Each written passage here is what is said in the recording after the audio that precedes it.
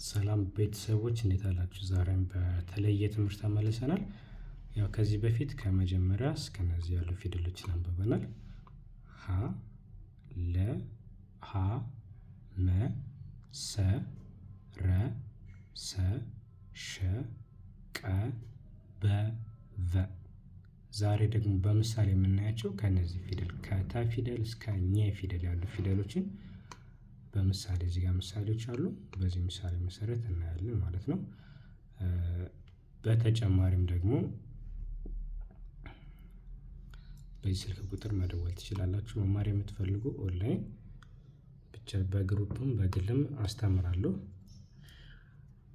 የአማርኛ ፊደልም የእንግሊዝኛ ሂሳብ መማር የምትፈልጉ ተማሪዎች ካላችሁ በዚህ ቁጥር ብትደውሉልኝ እኔን በቀላሉ ማግኘት ትችላላችሁ። በኢሞ በቴሌግራም መደወል ትችላላችሁ ማለት ነው። በዚህ ቁጥር 09 20 24 775 250 እንደሚለው ይጻፋል ማለት ነው።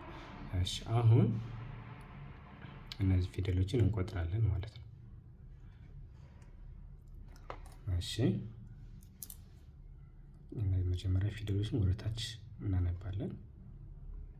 ተ ቸ ሀ ነ ኘ አ ሀ የሚባሉ ፊደሎች ሶስት ናቸው ተባብለናል ከዚህ በፊት። ይሄ ዛሬ ሶስተኛውን ደረስንበት ማለት ነው። ያው የመጀመሪያዎቹ ይሄኛው ይሄ ሀ ነው።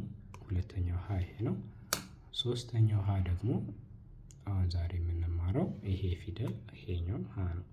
ሲነበብም ተመሳሳይ ነው። ሀ ሁ ሂ ሃ ሄ ህ ሆ ብለን ነው የምናነበው። የፊደል ልዩነት ነው ያለው። ሲጻፍም ተመሳሳይ ነው። ስለዚህ ሶስቱንም መርጣችሁ መጠቀም ትችላላችሁ። ሰዎች ደግሞ ሲጽፉ በሶስቱም ሊጽፉላችሁ ይችላሉ። አንዳንዴ በዚህ የሚጻፍ ስም አይነት አለ። በዚህኛው ሁለተኛው ሀመር ውሃ በሚለው በዛም የሚጻፍ ይችላል። በሚመጣ መርጣችሁ ማንበብም መጻፍም ትችላላችሁ። ሁሉንም መልመድ በጣም አስፈላጊ ነው ማለት ነው። እሺ አሁን እነዚህን ወደ ጎን እናይና እነዚህን ካየን በኋላ እዚህ ጋር ምሳሌዎችን እንሰራለን ማለት ነው። እሺ ይሄ ተ ቸ ሀ ነ ኘ አ።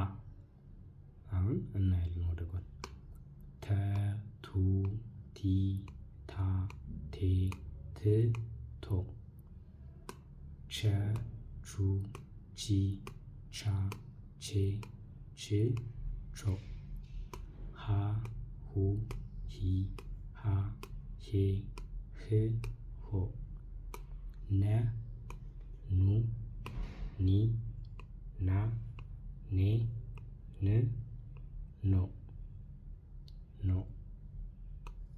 ኘ ኙ ኚ ኛ ኘ ኝ ኞ አ ኡ ኢ አ ኤ እ ኦ።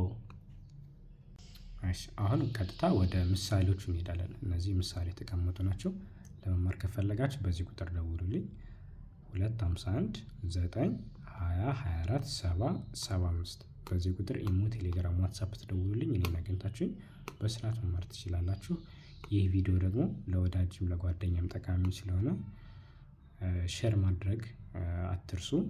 እናንተም ደግሞ ኮመንት ላይም ሀሳባችሁን ማስተካከል ያለበት ስለ ትምህርቱ እንዲሰራላችሁ የምትፈልጉትን ነገር በኮመንት ላይ አሳውቁኝ። እሺ ቀጥታ አሁን ወደ ፊደሉ እንሄዳለን።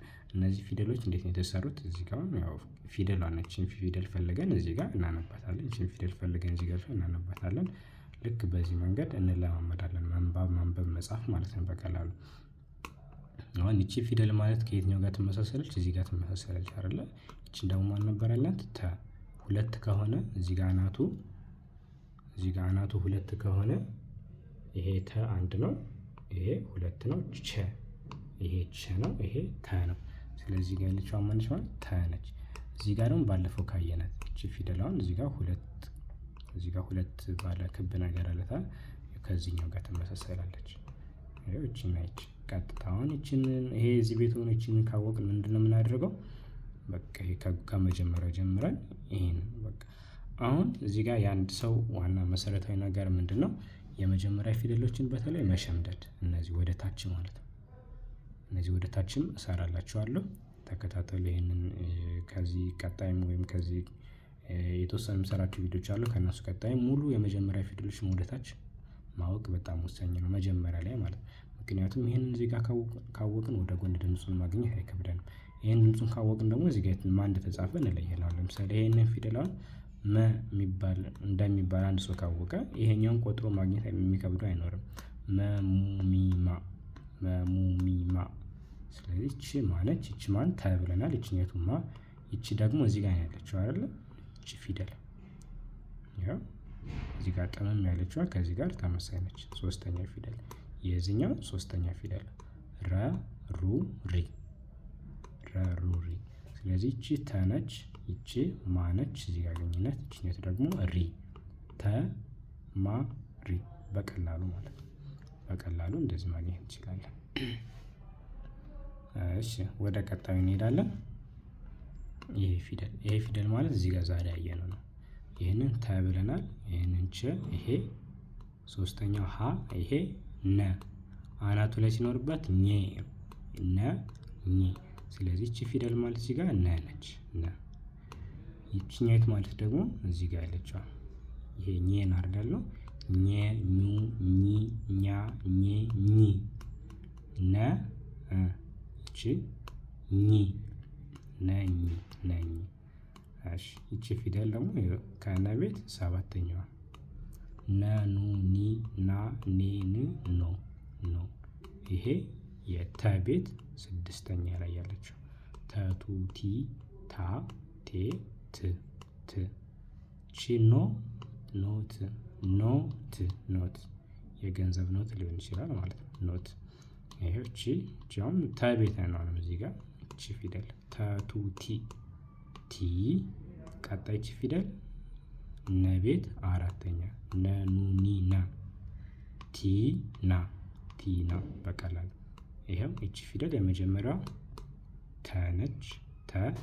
ይሄ ፊደል ይቺ የኘ አራተኛ ኘ ኙ ኚ ኛ ተ ኛ። ይሄ የነ ቤት ይቺ ፊደል የነ ቤት ስድስተኛ ነ ኑ ኒ ና ኔ ን። ያው ተ ኛ ን ተ ኛ ን ተኛ። ይሄ ፊደል መጨረሻ ላይ ያለው ይሄ አ አ ሀ ሳይሆን ሀ። ይሄኛው ሀ እና ይሄኛው አ ይለያያሉ ድምጻቸው። ይሄ ሀ ነው።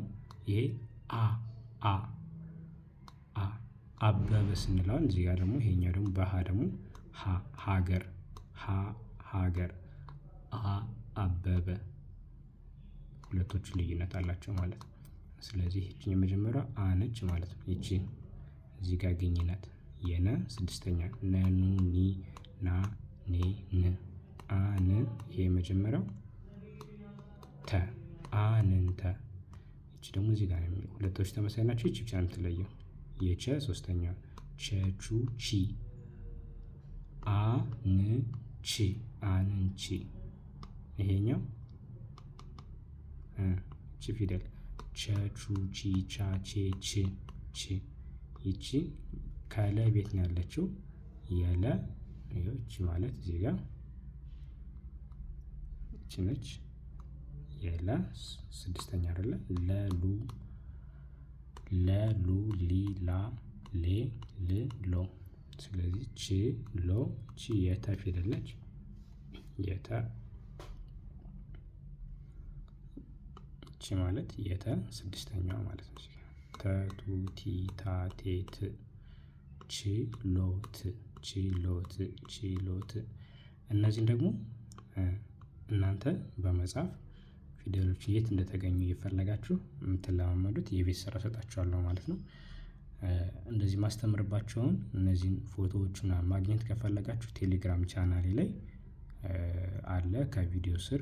እሱን በመቀላቀል እነዚህ ማስተምራቸው ጽሁፎች አሉ። እንዲሁም ደግሞ ለሞካሪና በጣም ማንበብ ፈልገው ጽሁፍ ለሚፈልጉ ሰዎች ጽሁፎችን ምናምን ስለምለቅ ቴሌግራም ግሩፕ ቻናል አለ። እዛ ላይ ተቀላቅላችሁ ተከታተሉኝ ማለት ነው እኔ የምለቀውን ለማግኘት። በተጨማሪም ይሄ ስልክ ቁጥሬ ነው። መማር የምትፈልጉ ተማሪዎች በዚህ ቁጥር ተማሩ። አሁን በቀጣይ ፊደል ደግሞ የማንን እናያለን? እዚህ ፊደል እዚህ አካባቢ ትንሽ ውስብስብ ያሉ ፊደሎች አሉ። እነዚህን ፊደሎች እናያለን ማለት ነው በቀጣይ።